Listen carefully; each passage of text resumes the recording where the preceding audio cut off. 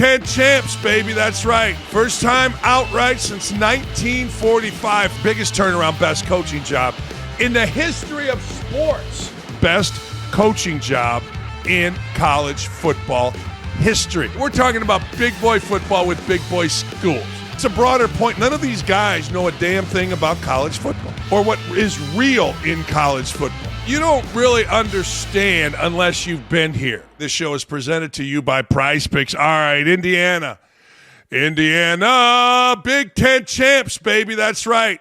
First time outright since 1945. First time even sharing something since 1967. That's right. I said it. I meant it. And former and current legend, former Buckeyes coach and friend of the show, Urban Meyer, believes Curt Cignetti's turnaround of the program is the best coaching job in college football history. Here's Urban.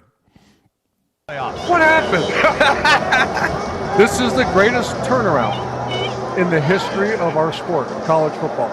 It's not even close. Yeah. You know, a year ago, I want to go in reverse a little bit. We were at Indiana versus, I believe it was Nebraska, and I was watching that, and I said, I went outside, and I wanted to stand next to that team and witness what I was listening. That's last year, that's this year. This is the best coaching job I've seen, certainly in my life, I think, in the history of sport. Yeah. Think about that for just a second. The biggest, best coaching job, biggest turnaround, best coaching job in the history of sports. At least college football. Now, you don't really understand unless you've been here. This coaching job rivals. Now, I'll give, back in the day, Gary Barnett at Northwestern, mid-90s, I will give him. They took Northwestern from historically bad to the Rose Bowl. That's the one. Everybody says Bill Snyder, but who the hell pays attention to Manhattan, Kansas? And who gives a shit about Kansas State football other than the moms of Kansas State football players? I mean, let's be honest. Bill what? Bill who what? Some old curmudgeon who, by the way, was very nice externally and a complete prick to TV people internally. So don't Bill Snyder me. All right, we're talking about big boy football with big boy schools. Northwestern, Gary Barnett in the 1990s, pretty damn good. 2 Big Ten championships, unbelievable. But this, ladies and gentlemen, let's go through it. Here's the Hoosiers in recent years. 2-10, 4-8, 3-9. Now, that doesn't begin to tell the story. See, the 3-9 season included a not 1, not 2, not 3, but 4 overtime game in the rain against Akron at home. This was by far the worst program in Division I football. Now, imagine, would you? Imagine, and Whitlock said this, imagine if Cignetti wasn't Cignetti. Like, imagine if Cignetti came in here and just did what every other person did, or if he won some with a bland personality. But what makes this even better is Cignetti 11-2, 13-0, Big Ten champs, and we got our swagger back in Indiana, not seen since the great Bob Knight left. We had guys that put signs up, Leo, Tom Allen, love each other. We had little Billy Lynch. Everybody in the entire state of Indiana in football is coached by a Lynch. There's like hundreds of Lynch. Billy's a nice guy. We had Lock Your Jaw, Bill Mallory. Yeah. And all those players that played for Mallory talk about how tough they were. Won 37% of his games. Rest in peace, Terry Hepner. He was an energetic guy, but he wasn't a great football coach. He was like 7-14, passed away. I won't speak on him. Kevin Wilson was crazy. Kevin Wilson, I actually had to challenge to a fight. I said, I'll meet you in Martinsville. You ever call me something like that again, we're going to have to throw hands. Anyway, he was the coach there for a little bit. He gone. I mean, the level of coach at Indiana is stupefying. In fact, Indiana was so bad, I think Bill Mallory's in like the College Football Hall of Fame for winning 37% at Indiana. I mean, you have no idea how bad it was, how apathetic it was. I would literally do this, backpack. You know, they used to make backpacks. You put your kid in the backpack. We would put backpack full of kid, my son, and put beers on his feet and put beers in all the pouches, me and the baseball coach at Indiana, go sit and have 2 full sections to ourselves. And if I'm lying, I'm dying. Kids would run around. Other coaches would come. Beers everywhere. Kids everywhere. in the stands during games, would be pissed when Ohio State came in because they couldn't go into the stands and have a whole section, true story, to ourselves. And now you can't buy a ticket. Now I just did what I'm so excited to do, going to the Rose Bowl, paid for tickets yesterday, got the freaking lodging, got the freaking flights. My problem is I'm paying for like 6 people to go because, well, you know, I don't know what. I don't have any answers. But anyway, that's how good a turnaround it is. Guys my age that were all in on basketball and liked going to football games for the party are now spending mucho dinero to go watch our team in the Rose Bowl before we die. Something I thought would never, ever, ever happen. And salute to all you people at Indiana who are having the time of their lives. I mean, the time of their lives. Let's go back. You know, one of the things that Stephen A. Smith has done at ESPN is force others to have really stupid, loud opinions. Paul Feinbaum has jumped in there. He's trying to be the caulk. He's trying to be the hard guy. He's trying to be mouthy. He never talked about Indiana. And this Indiana resurgence shows Feinbaum really doesn't know a thing about football. Yeah, he's like a guru because he's bookish. He doesn't really ever discuss football. He's in the pocket of Southern coaches, Jimmy Sexton and the rest. How do I know? Listen to this comment early in the year about an extension for Curt Cignetti. Yeah, I mean, I frankly think this is a terrible move by Indiana. I know that the college football cognoscenti will disagree with me, but there is no way in the world that Curt Cignetti should be the third highest paid coach in the country. He is not in Kirby Smart's league. He is not in Ryan Day's league. He has a big win on the road against Oregon. What else is, I mean, listen, I realize he may end up winning the national championship, and those who cover college football are very high on him. But this is not how you make sound decisions. This is how you take your university to the ledge and at some point end up paying for it. The question I was asked a minute ago, is it sustainable? Well, he went to the playoffs last year. Today it looks like he's going back to the playoffs. It looks like it because he's got literally nobody on his schedule. He's 64 years old, so he's got a runway of 6 to 10 years.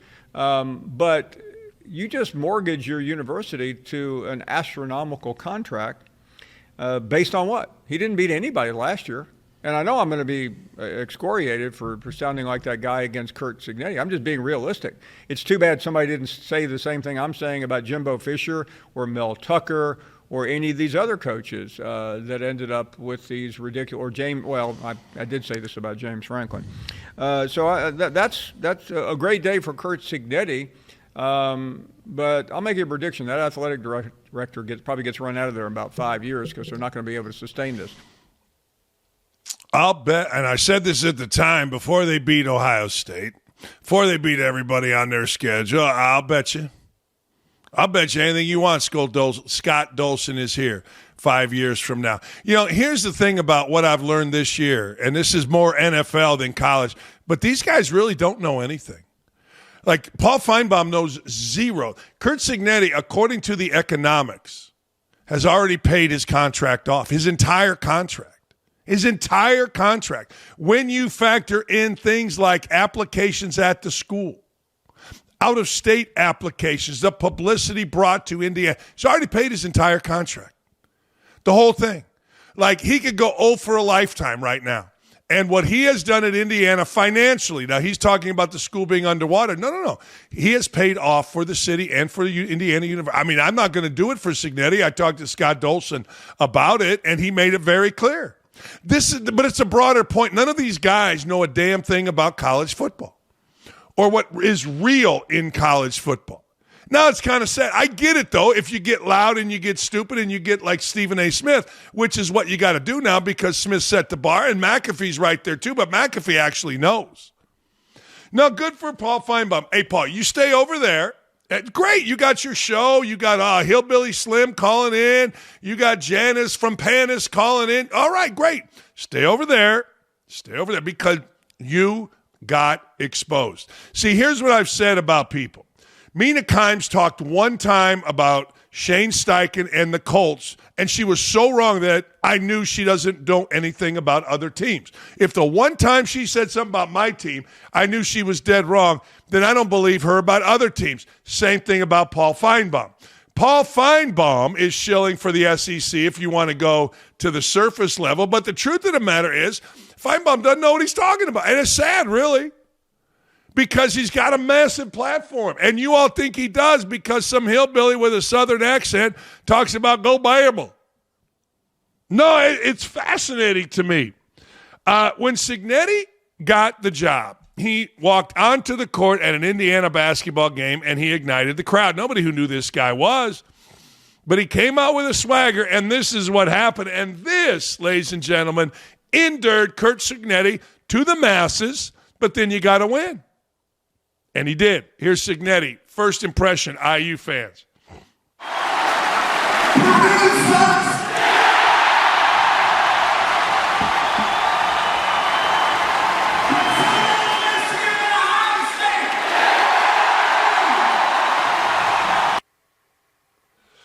Everybody sucks. And I'm like, oh, okay. You know what I did? I thought, all right, here's another meathead football coach. I did. I didn't know. And I said I didn't know. I looked at his record, I'm like, it's great, but you got to understand how many dipshit football coaches we've had at Indiana. Tom Allen, Leo, all the little girls at ESPN. Oh, we just love Tom Allen. Really? What do you love about? He's a great defensive coordinator. Is he? No, he's a nice guy to talk to. I had every little girl that I know at ESPN telling me how great Tom Allen was, and then I would talk to him every Monday, and I really liked him. But there was no greatness there. Oh, boy. Hey, after the game, Fernando Mendoza gave a speech for a lifetime. Here's Fernando, the quarterback and Heisman Trophy winner. Congratulations, Indiana, the Big Ten champs. How does that sound? It sounds so beautiful. I want to give all the glory to God. We were never supposed to be in this position, but by the glory of God, the great coaches, great teammates, everyone we have around us, we were able to pull this off. Whoever thought the Hoosiers would be here, but now the Hoosiers are flipping champs. Let's go! You guys call yourself a bunch of misfits who found the right home at Indiana. Why was this the right place for this group? It's the right place for process-oriented. We're going day by day. Whether it's the offensive line, the defense, the coaches, special teams, we're all process-oriented to one goal. That's our thing, is we're brothers. We can drag teams into the deep end because we know that we're going to stick together and we're the strongest glue ever. Tell me about finding Charlie Becker, third down, 2 minutes to go. We talk about Heisman moments, but take me through that one. Man, what an incredible, he's been every single day in summer. We were always thrilled before practice, before at 7 a.m. on Sundays, doing spots, doing routes, and now you see it to come to fruition. He's my roommate, couldn't be happy for such a young man as well as our defense playing lights out. And well, everybody just, what an incredible moment. Congratulations, enjoy it. Thank you so much, God bless, go Hoosiers. I got goosebumps. I'm not lying to you. I love enthusiasm. I do. If you're not enthusiastic, I don't want to be around you. And he is all enthusiasm. And I think he wrapped up the Heisman. Now, I saw Johnny Manziel say, wait a second, the Heisman moment is a fade route, which he hit Charlie Becker on. Hey, Johnny's stupid. Yes. I met Johnny Manziel one time. He's a complete mess. I got no respect. Anyway, yeah, absolutely. I mean, 3rd and 6, season on the line, number 1 ranking on the line, Big Ten championship on the line, Heisman on the line, undefeated on the line. Yeah, and he drops a ball right there to Charlie Becker, who is the guy that they were talking about. Yeah, that's the Heisman moment. And, of course, he won the Heisman. Now, first play of the game, Mendoza, man, he got knocked out. I didn't like it. It looked like he was going to be down for the count. We were going to see his brother. What an opportunity for him. Woo. Anyway, one play later, here came Fernando. And everybody that has been around that I know at Indiana football, and I know damn near everybody except I don't know the coaches, has told me one thing about Fernando Mendoza. He is a tough dude. Great dude, energetic dude, dorky dude, tough-ass dude. Tough dude. So there you go. Salute. Indiana, Hoosiers. We had our boy Chuck, Davey. They were giving me Hoosiers in the stands. It was unbelievable. All right, ladies and gentlemen, the college football playoff is set. Notre Dame's sad. Notre Dame took its ball and went home. I'm so sad. Hey, Notre Dame, you're mad? Go right over there. Go right over there and be mad. We'll see you next year, pal.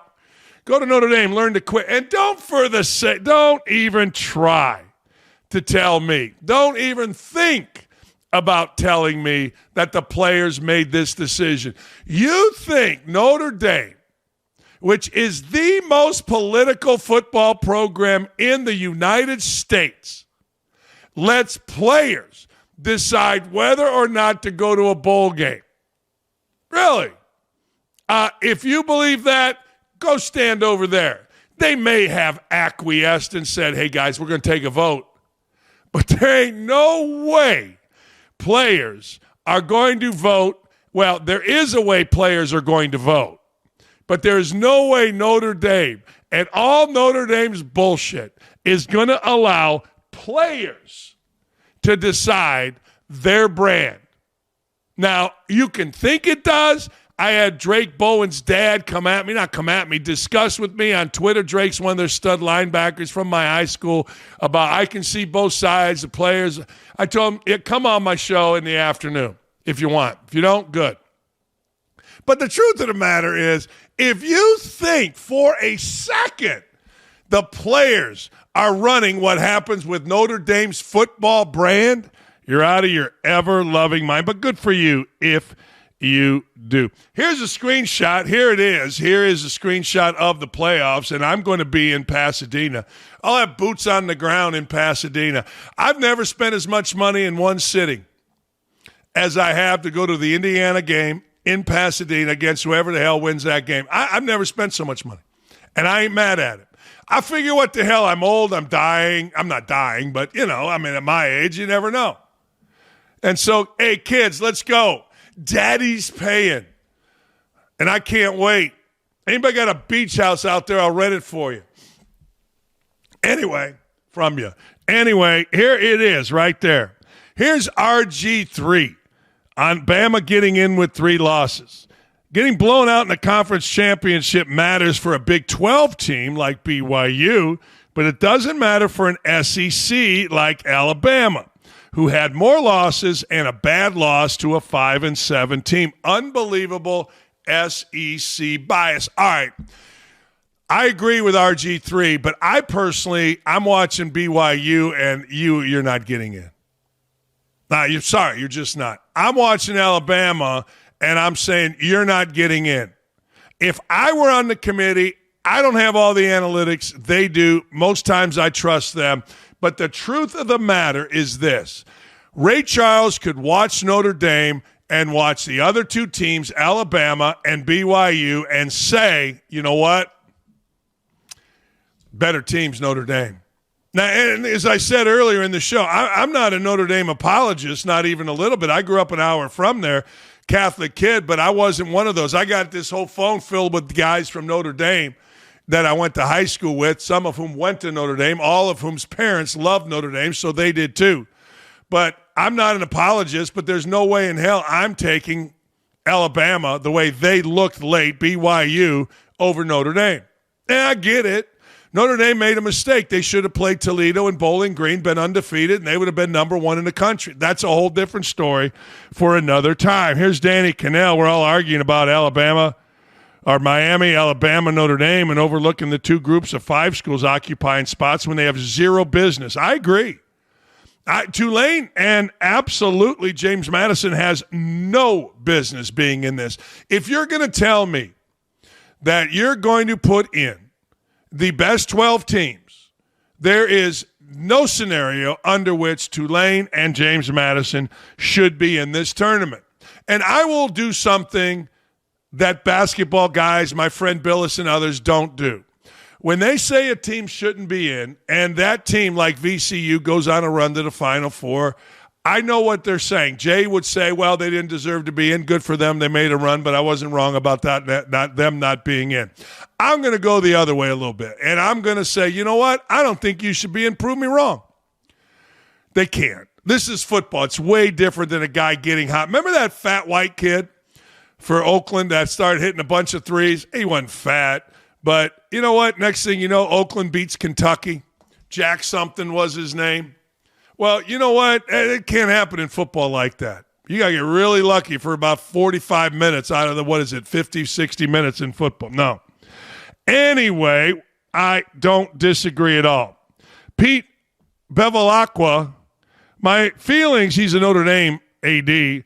My feelings, and the feelings here are just shock and really an absolute sense of sadness for our student athletes, overwhelming shock and sadness, like a collective feeling that we all just punched in the stomach. Okay. Schedule or don't schedule. I'm not sure which. There's no explanation that could possibly be given to explain the outcome. As I said to Marcus, one thing is for sure, any ranking or show prior to the last one is an absolute joke and a waste of our time. Now, I don't know. Why puts these student athletes through these false emotions just to pull the rug out from underneath them, having not played a game in 2 weeks, and a group of people in a room shatter their dreams without explanation? We feel like the playoff was stolen from our student athletes. No, it wasn't. No, you had a chance for 12 weeks. And let me tell you something, Mr. Bevilacqua, whatever the hell your name is. So your answer to something being stolen from student athletes is to take another opportunity away from student athletes. That don't make a lot of sense, but I'll go with you here. So you're canceling your season. Now, in my opinion, life is mostly, if not all, about experiences. I get you're mad and you want to take your ball and go home. I get it. I promise you I do. I swear I do. But that's your answer. We didn't play for 2 weeks. Some TV show said that we were going to be in the playoffs. That same TV show, then 2 weeks later, after other teams have been playing, says, no, you're not in this. And that's the TV show's part? Interesting. And what? Let me guess. It's a conspiracy against Notre Dame. Notre Dame against the world. Well, hey, Notre Dame, here's the deal. Go be against the world. Go over there and be against the world. We got Orange Bowl. We got Rose Bowl. We got Sugar Bowl. We got Peach Bowl. We got all kind of bowl games to play. You go over there, and it's you against the world. Okay? You go. Hey, we respect you. It's Notre Dame. Yay, rock. Go fight, win. You're mad? Go over there and be mad. That's kind of what I'm saying. Not kind of. It is. Look, Notre Dame should have been in the tournament. But I don't want to hear all this bitching, whining, and moaning about opportunities taken from student athletes by some frickin' athletic director. You, my friend, you're not my friend, my douche, are taking away opportunities by saying we're not going to play another bowl. Somebody says, hey, what'd you do your senior year? Well, we didn't make the playoff, and so we quit. Hey, Dad, when you were a senior, what happened to your season? Well, we lost against the only two good teams that we played, and then we didn't make the playoffs, and so we quit. Oh, really? Huh. But you know the year before, okay, great, yeah, okay. Hey, Dad, why didn't you guys go to a bowl game? Well, they didn't let us in, so we quit. Now, Notre Dame made a mistake. You only get a certain amount of games to play. You only get a certain amount of time in your career. And to take that away, the whole bowl experience, people enjoying whether or not the great players would have played or not, doesn't matter. Good. Then it gives walk-ons a chance to play. Then it gives another story like maybe Rudy a chance. Who knows? But no, Notre Dame's administration made this decision. Don't believe for a second it wasn't their administration. And that decision was to quit. Now, others are saying, well, look at Baylor. Good. They ain't Notre Dame. I mean, you always tell me Notre Dame or die. Notre Dame, yay, rah. No, they quit on their season. Good for them.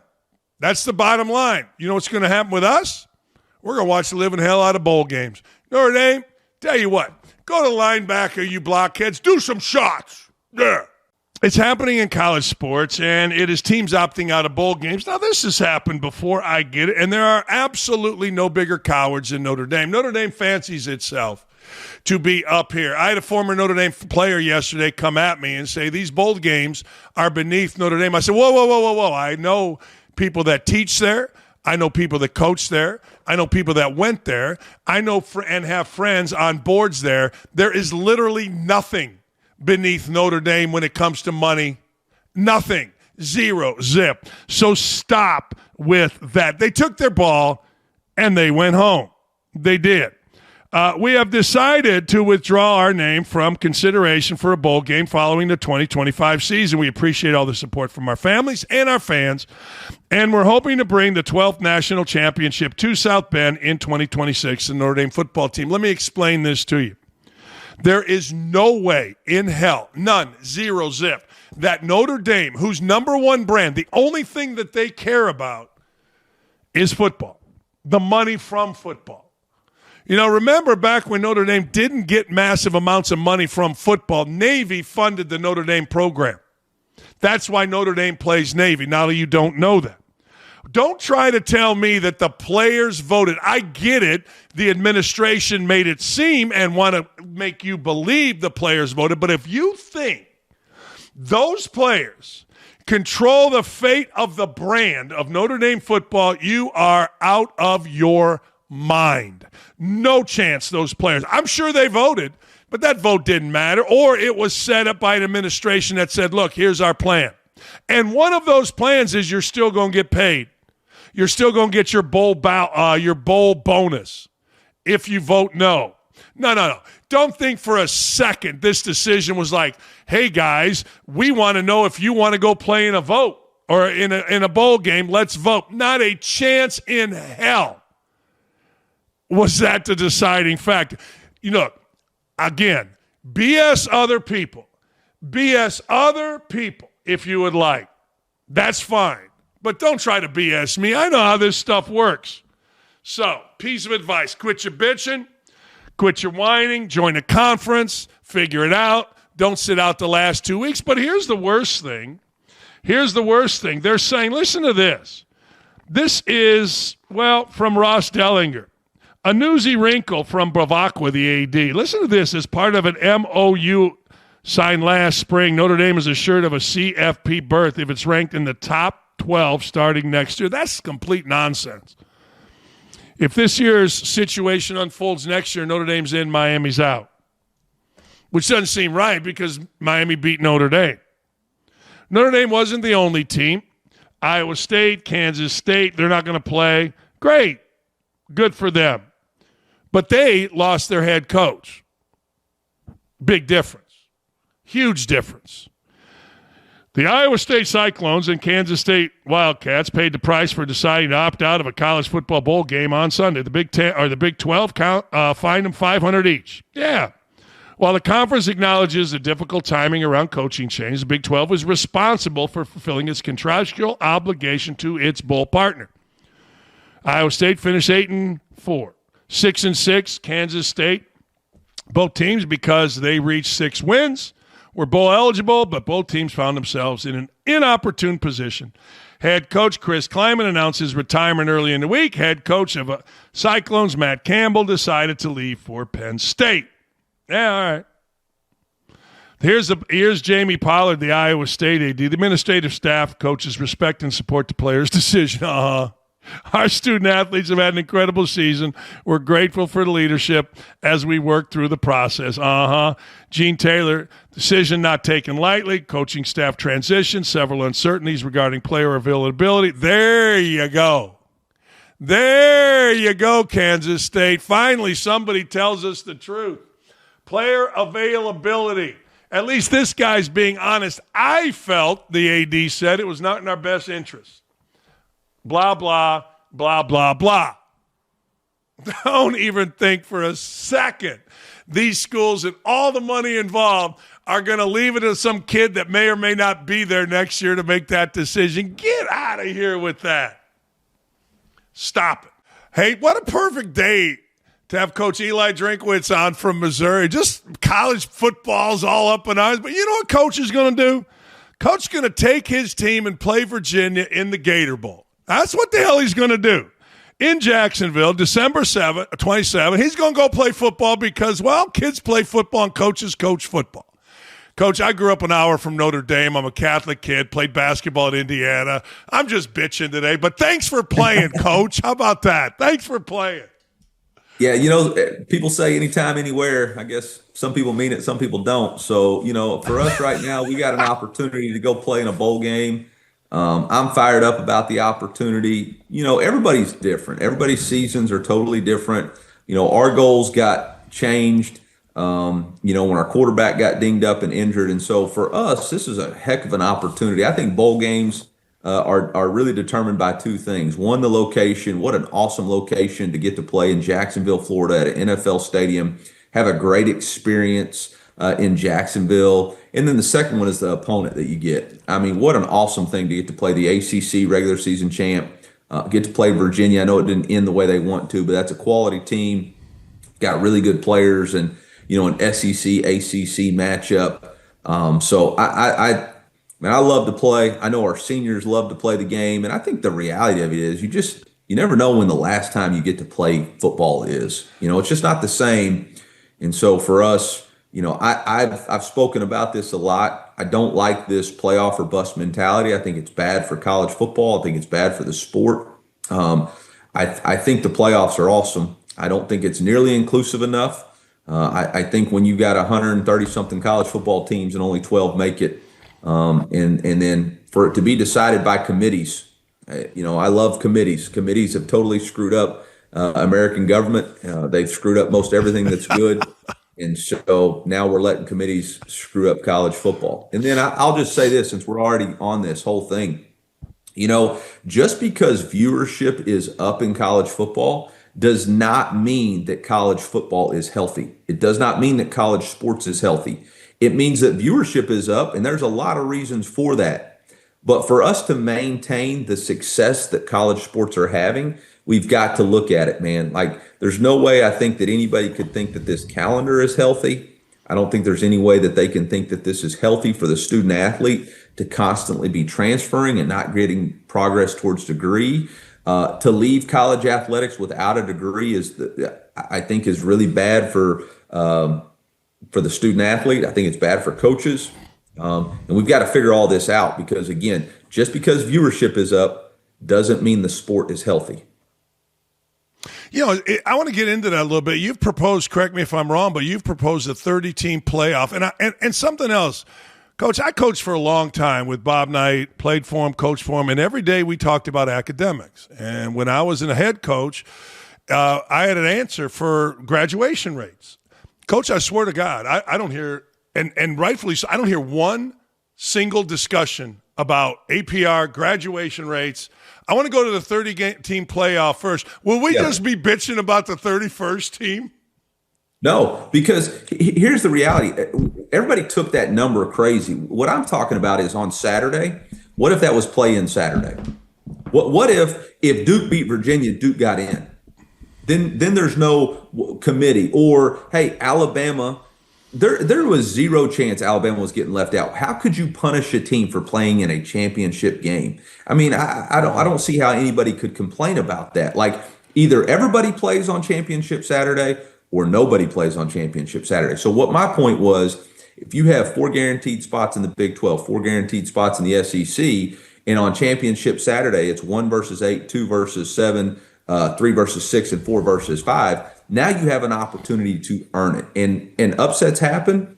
Upsets don't happen. I don't know. But again, then there's more inclusivity. Now, us playing at Arkansas and LSU playing at Oklahoma the last game of the regular season, and Vanderbilt beating Tennessee, that put us in as what would have been the 8th seed. We would have got to go play the 1 seed for a chance to go play into the playoffs, and I think that would have been a huge deal. Now, the Big Ten right now has only got 3 teams in, but now you would have created an opportunity for an Illinois or a Washington or whoever to get a chance to play into the playoffs. And I think that's better for the sport, but that's, again, one person's opinion. Coach, I've said this forever. That's the model of college basketball. College basketball has a postseason tournament. So if I'm the 15th seed in a 15-team league, and we've seen it, you go win, Hey, you're basically in the NCAA tournament when you start, because if you don't lose, you keep playing, even though it's, to your point, that would be a conference tournament type thing, correct? Yeah. Yeah. And here's my thing, too. Like, I understand Notre Dame's frustration. Notre Dame is playing great football right now, and had they got in the tournament, I do think they had a shot to win it. So, like, I totally get their frustration and they're upset, and I think their fan base and all of them have a right to be. But when you leave it in the hands of a committee, I mean, I saw a picture of them having 3 TVs on, sitting on a couch. Like, that's not film. Like, that's literally just watching a game. I mean, that's like my mom and dad and brother are sitting around Christmas telling me who should play. Like, I'm like, what are we doing here, guys? Like, that was crazy to me. That was crazy. I saw the same thing. And I thought the same thing. Like, damn, that's just like me and my buddies sitting around watching Indiana get a win. Shoot. Coach, let me ask you this. Go ahead. No, I was going to say, and they're passing around supposedly fake stats that they may not know how to read. Like, and then they use terms like, well, we thought somebody's run defense was good. Like, what does that even mean? Coach, I've said to people, if I would say this to Missouri fans, if you think you know football, great, you probably do. Missouri, great football state. Sit in a coach's meeting for 10 minutes, and you'll learn you don't know anything about football if that film is on. You know what I mean? Nothing. I think they should give it to Vegas, Coach. I think let Vegas figure it out, because they're always right. I say about the basketball tournament too. I know they'll never do that, but hell, things in college sports seem to be going to Vegas. Give them the tournament, give them the basketball selection, or play a tournament like you said. I think you're absolutely right. Everybody's got issues. Every conference has issues. Nobody's perfect. I mean, the SEC adding a 9th game and adding 2 premium brands has created a really difficult situation. But let each conference decide on the field who they send to the tournament. Okay. So the ACC has however many playing games. You figure out in your conference. You got 19 schools. You don't have enough. I mean, you got more schools than you do sense as far as playing each other and all this different stuff. Well, y'all figure out how you're going to get your 3 automatic bids into the tournament. I don't care. SEC, you got 4, and they're not automatic. I mean, that's the thing. Oh, you're giving automatic bids. No, we're not. We're saying you figure out how out of 16 teams, you get 4 people in the playoffs. How do you want to sort that out? And I think then you got a chance. You know, right now, when people complain about the NCAA, they're just complaining. That's like an old man yelling at the clouds. There is no such thing as the NCAA. Like, that's just, we're so mad.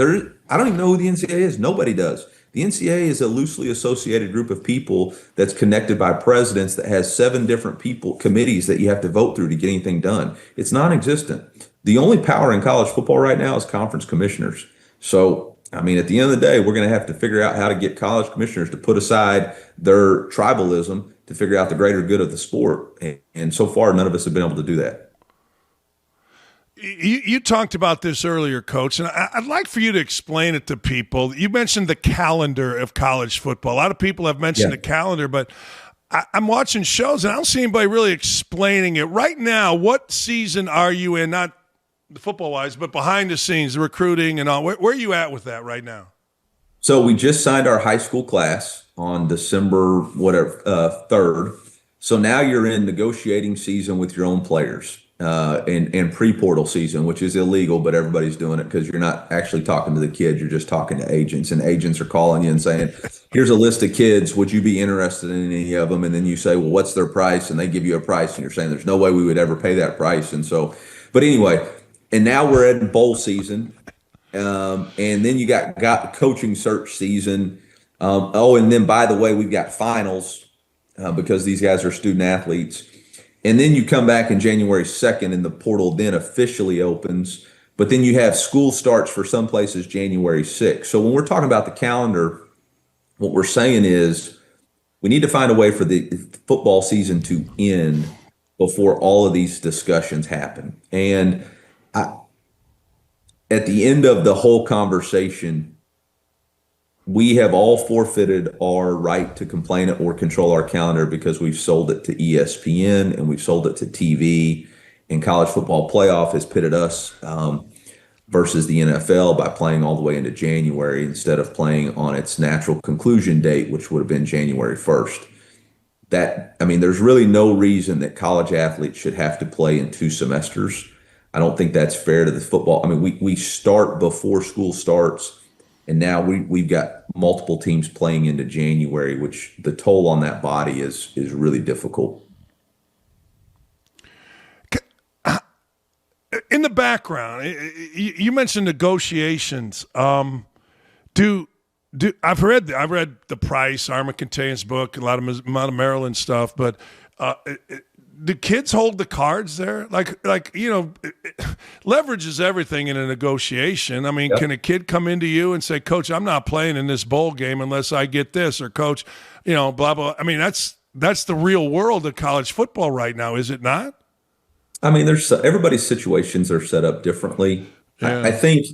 I think the reality of the conversation is this: in the NFL, in the NBA, in MLB, agents have to be certified agents, and there's less than I think 1,000 certified agents for the NFL, and so they have return clients. There's 32 teams. They have to have a certain level of trust and respect in how they operate, and if they don't operate in a certain way, they get kicked out of it, and they can't continue to do so. There is none of that for NCAA. And so you have agents who are not acting as agents. They're really street runners. And so they are looking for is, what is the most money that I can get for my player, because that's the most commission that I can make. But what they're not looking for is a long-term strategy for that student athlete or that player. Because, at the end of the day, they are making great money, and it's an awesome opportunity. And I love that our players are making money. I mean, it's so cool. It's awesome. But it pales in comparison to the opportunities that they're going to have in the future with a degree and potentially going and playing in the NFL. And so those two things have gotten lost because they want a short-term fix for a long-term solution or a long-term vision for their life. And so, are there going to be people who make bad choices and bad decisions and listen to bad actors in college football and college athletics right now? It happens every single day. And what happens is the wording is wrong. So you'll get a call from an agent and they'll say, "Hey, what is your starting defensive tackle position? Pay." And you'll give them a number. And they'll think, "Okay, well, I've got a starting D tackle for you." No. What you have is somebody who wants to compete for the D tackle job. And those valuations are 2 different numbers.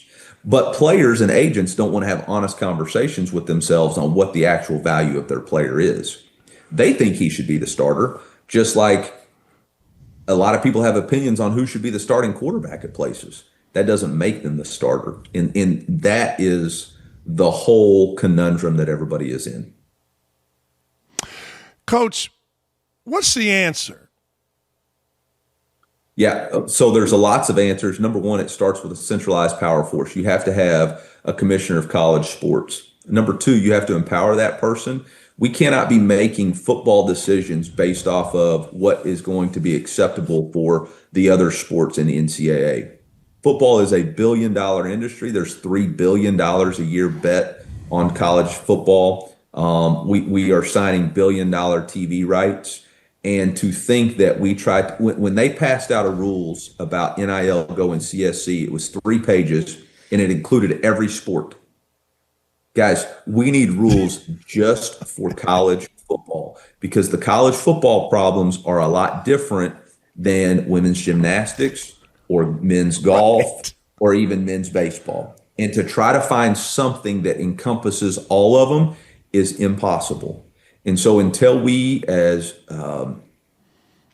whatever we are, I don't even know what we are, until we come to that realization and say, hey, we need to govern football differently than all these other sports, we're not going to get anywhere. But that's the first solution. The first solution is to establish a college football commissioner who has real authority, real power to tackle all these other issues. And until you get that done, you've got nothing. The rest of it is just BCD and blame, complain, and defending poor performance. And I do agree. I firmly will stand on this. And I know there's plenty of college sports writers who keep saying, but viewership's at an all-time high. It is.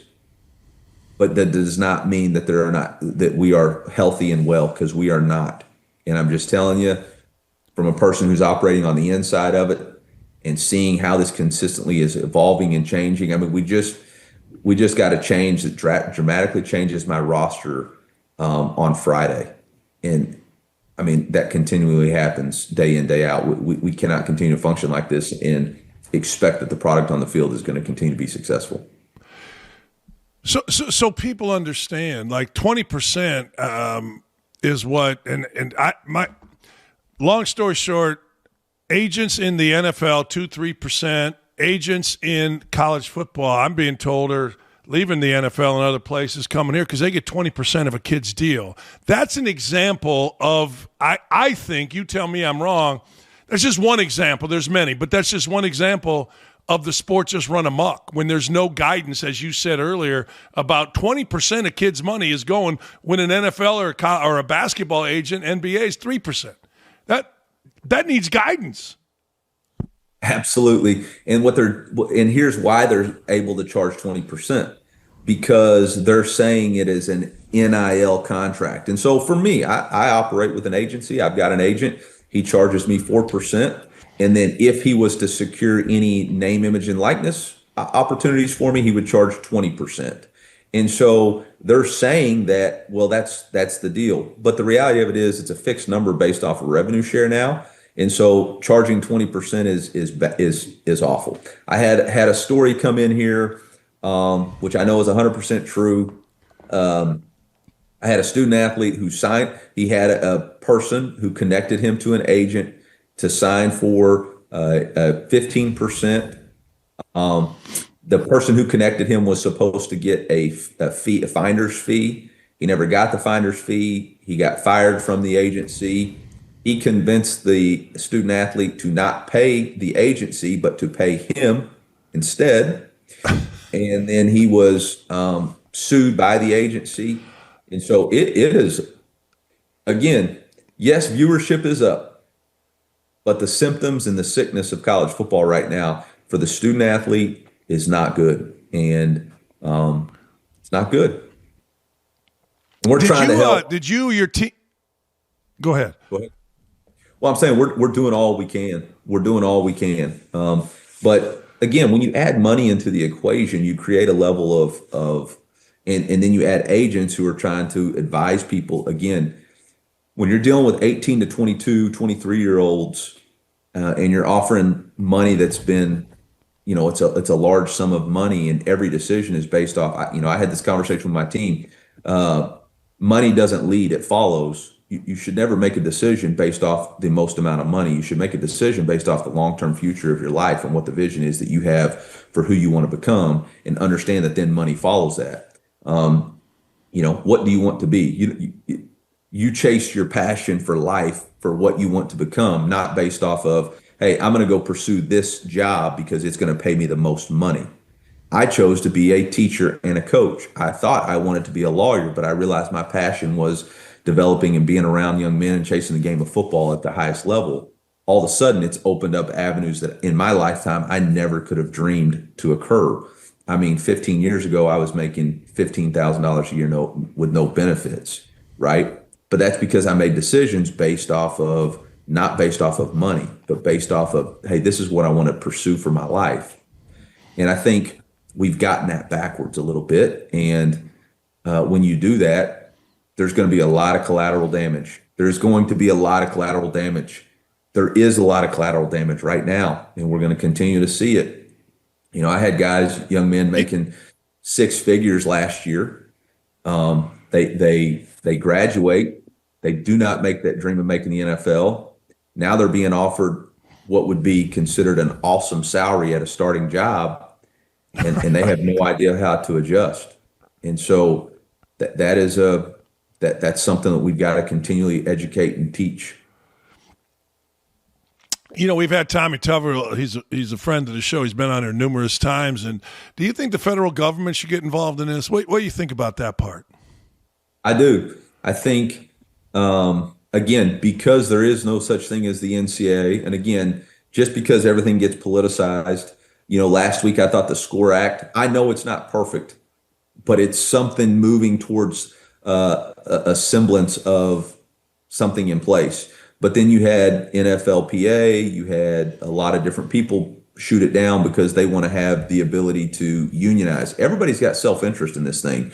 And whenever you unleash billions and billions of dollars, grifters are going to show up to try to get a piece of that money. And right now, everybody's just trying to get a piece of that money. And they don't want any type of rules because while there are no rules, they can profit from it.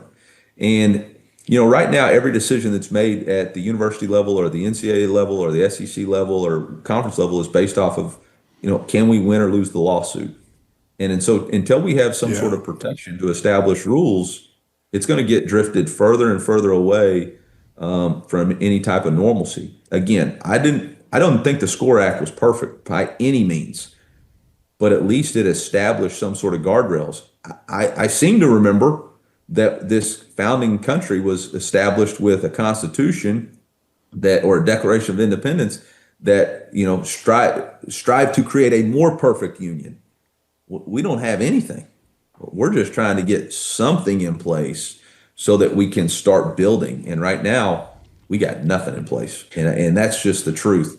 I mean, I was sending out a text message to some coaches because there was a group out there that was doing some things that would be considered illegal. But you know what I realized? There are no rules. So why am I complaining? Because there's zero enforcement right now. The NCAA has totally abandoned the enforcement model. It's supposed to go to what was called the CSC, College Sports Commission, but that was only going to be enforceable if everybody signed the CSC agreement. And they didn't because attorney generals at states have now said that we're not going to sign it. So we have no rules. There are no rules in college football right now. You know what I'm amazed at?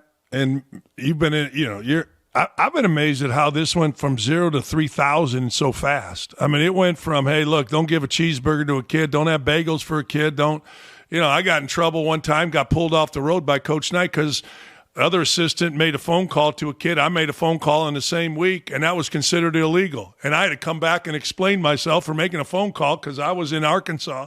And now all of a sudden, Coach, to your point, it's 0 to 1,000 in what, a year, 2 years? It's unbelievable. Yeah, and you know what? A lot of those rules were so dumb and archaic and stupid. Yes. These players deserve every penny that they can receive. When the NCAA men's basketball tournament is worth $1 billion and the kids can't have a bagel, that's pretty stupid, okay? Right. So absolutely, they should get paid and they should be rewarded and they should be, but just like everything in life, 100% freedom is not good, okay? And having every single thing for you at your fingertips is not good, okay? And especially for me, when my whole life is about helping young men chase their dreams and understanding that we are trying to pour into these guys and help them. And on Wednesday here, we're taking, each position group is taking a person from Coyote Hill, which is a foster care group in our city. And we're going to spend we're going to buy Christmas gifts. And they're going to use their NIL money to go buy Christmas gifts because they're blessed to be a blessing for other people. And that's what we're going to do. Because to me, it's about teaching those moments. It's about understanding that. I'm so proud of this football team. I took 47 players and 16 staff members to Harmon's, Jamaica for a week last year in May for a missions trip. Because again, it's about learning something while you're developing and growing. And so there's all kinds of those awesome opportunities, but we're going to lose them if we don't figure it out. And there's only so many people that can get out here and yell. And I get the playoffs. That's just a symptom of the issues that we have. Two things, and I'll let you go. One, it just pisses me off listening, and I call them these fat fucking crumb-stained reporters and people that have never been in locker room and arena saying coaches don't care. Coaches are just about the money. That can kiss my ass. That excuse my language, I know I'm swearing, but I can do that on this show. That really pisses me off, Coach. That it does. I don't know. My son's coaching Illinois State. I know basketball, and multiple coaches are good friends of mine, and they're all like you. They're all doing so many things behind the scenes. It just pisses me off when these jackasses immediately turn to coaches and say, well, you're just in it for the money too. My ass. That's my reaction. Yeah, I mean, look, we make an unbelievable salary, and they pay me way too much to do this job, and I'm blessed to do it, and I understand, and I understand those sentiments. I mean, I really do, about people thinking that it's about the money, and they think about all that stuff. But I don't believe that there's people that don't care about their players. I just don't. Not as much as we sacrifice and give. I think we've all been placed in a really difficult situation.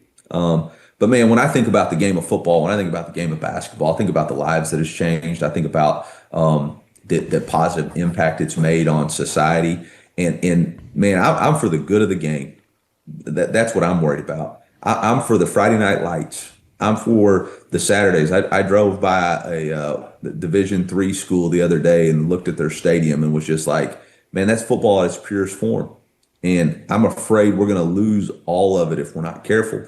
I'm afraid we're going to lose opportunities. You know, besides the GI Bill, college athletics has been the primary driver of scholarships for post-secondary education. And we're going to lose that because of the way that Rev Share is going to eat up the budgets for Olympic sports and other sports. And I think that's a sad, sad thing. But again, until there's some sort of rules in place and everybody's willing to sacrifice for the collective good, I think we've got some problems. So, hey, last thing. Did you have to have a team vote to play in a bowl game? No chance. No chance. Look, I think there are some extenuating circumstances out there. In every situation, every program's different. But man, we love football. We love an opportunity to play. Hell, I got coaches on my staff that would go out there and try to play if we didn't have enough guys. Man, the opportunity to represent Mizzou, the opportunity to go with your brothers to play one more time. I didn't realize that you coached with Bobby Knight, but I tell our staff the best Bobby Knight quote all the time. Ass meets bench. Bench tells ass change behavior to get off of bench. Okay. And like, we're old school around here, man. If you don't want to play, don't play. We got to, guess what? I got walk-ons here. I still believe in walk-ons. We got walk-ons. Their ass will go play. Are you kidding me? 7:30 ABC versus a ranked opponent, a ranked matchup in Jacksonville, Florida, in an NFL stadium. You don't ever know when you'll get that chance again, man. There's a lot of great players who thought, they thought, hey, I'm not going to play in a bowl game. I'm going to go play in the NFL. And then you know what happened? They realized the NFL stands for not for long. They also realized the NFL has 1,500 players, and that's it. And you're not competing against this draft class. You're competing against the last 15 draft classes, and that you're competing against all those people who have to feed their families. It ain't ass meets bench. And bench goes, you know what? I'm going to go play in this bowl game because it's an awesome, awesome opportunity. And we're going to have a heck of a lot of fun. I mean, it's going to be fun. It's going to be one of those memories you look back on the rest of your life and say, you remember when we stayed out till 3 a.m., snuck in past curfew, Drink was yelling at us, but he still let us play, and we went out there and cried, yeah, that's what it's about. That's what I've said. If for your reference, ass meets bench. I've played for him for 4, coached with him for 12. That applied to coaches too. You better have your shit ready, or you got a problem. So, hey, I got one thing I got to say. I got one thing I got to say before we sign off here. Okay, and Mizzou fans are going to be on me. You were way too hard on Tamar Bates, man. All right, Tamar Bates. I know he left Indiana.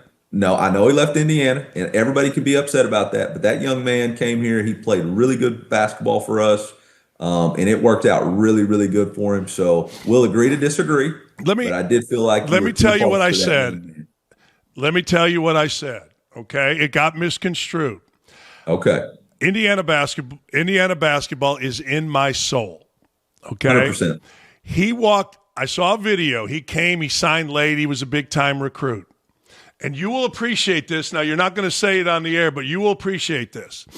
Probably I won't. coached there, played there. He walks into the weight room. Guys are busting their ass. And he walks in like he's done something, like he's a star. And I saw it, and I said this about Tamar Bates. I said, I think he's a really good player, but it will not work out for him at Indiana. Now, I don't know where, and it didn't, because that's one place that I know about. I didn't say he was a bad player. I didn't say he was a bad kid. I just there's another thing that I say, and maybe you can appreciate this.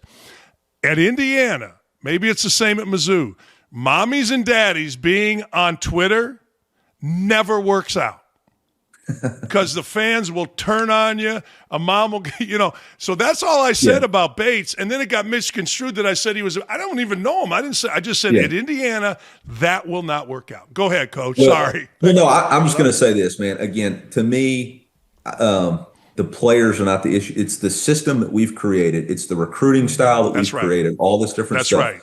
And you know what? Sometimes guys have to go reset themselves. And I can't speak to anything that happened at Indiana. All I can speak to is what he did for us and how he played here. And I have a tremendous amount of respect for him. And so I just wanted to make sure I defend him to that point. And I will say this about the whole thing, man. I go back to this. College athletics in general has got to find itself again, because there's a lot of really good things that can come of it and a lot of really bad things that can come of it if we're not careful. And so, again, I appreciate you having me on. I sure appreciate the opportunity. Hey, I do want to say this.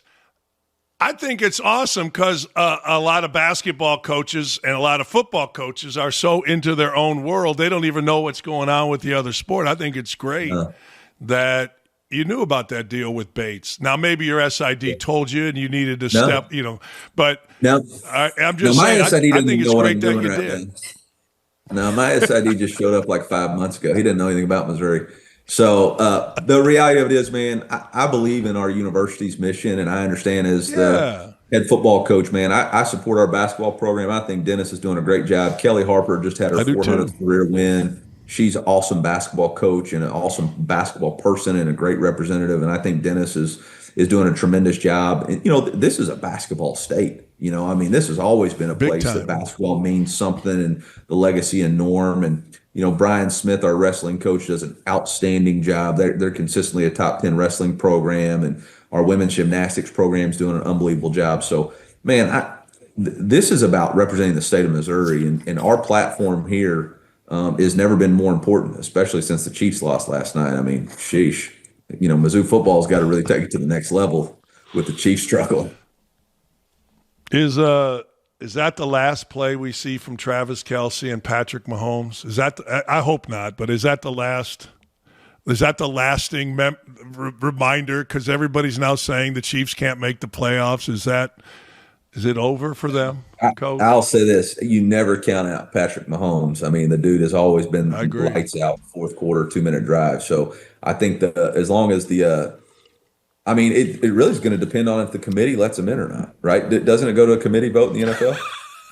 They don't have a committee. Why the hell would we play for Wait, you're telling me in the NFL they have a system that has divisions and people decided on the field and not a committee of owners and fans that watch tape and decide who gets in? That's dumb.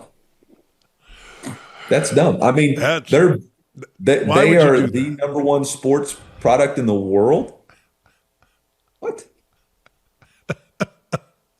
And you actually play for it? Huh.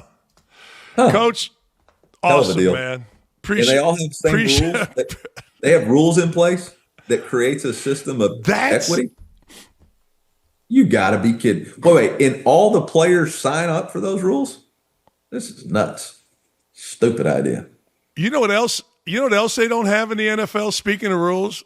They don't have every year free agency. How much money would Patrick Mahomes make if he got to be a free agent to anybody every year? How much would that be? Yeah. I'm good. All right. Good. Thank you, Coach. I appreciate you. Thanks, Coach. Tell Dennis I said hello. I'll do it. Anyway, M-I-Z. Appreciate it. See, there he goes. That's pretty good. Coach Drinkwitz Look, I'm just glad they're playing. And if I was a player, I told my wife the other day, she goes, wouldn't you love to play? I go, I'll put my fat ass in a uniform right now from the 70s with our little short shorts in Indiana. I go play tomorrow and have a heart attack, and I don't give a shit just to run out there. Are you kidding me? I know I'm wrong. It's about money. I don't know. Maybe I'm crazy.